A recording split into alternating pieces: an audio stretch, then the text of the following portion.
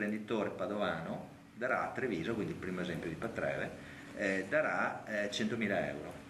Treviso avanti tutta, anche senza fondazione. La città è in piena attività tra raccolta fondi per Santa Caterina, carte bollate e incontri preparatori, tutto per tornare ad ospitare i grandi eventi, come e più di un tempo, cominciando con Marco Goldin, quel Marco che fu scoperto prima e ostracizzato poi proprio da Fondazione Cassamarca. Il comune è in pieno cronoprogramma e si sente sempre più vicino alla sperata grande mostra impressionista che promette di essere lievito madre per tutta l'economia della città e della provincia.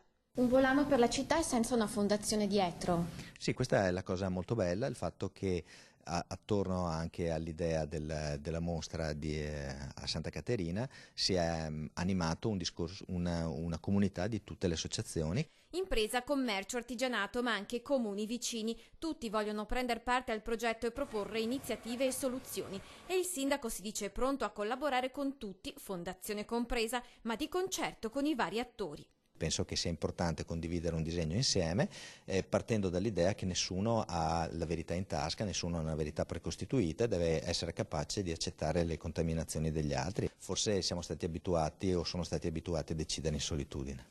Al Museo Correr di Venezia avverrà la consegna dell'assegno firmato dall'azienda patavina Ard Fratelli Raccanello, primo esempio in Veneto di donazione grazie all'Art Bonus che permette all'impresa una deduzione fiscale del 65%.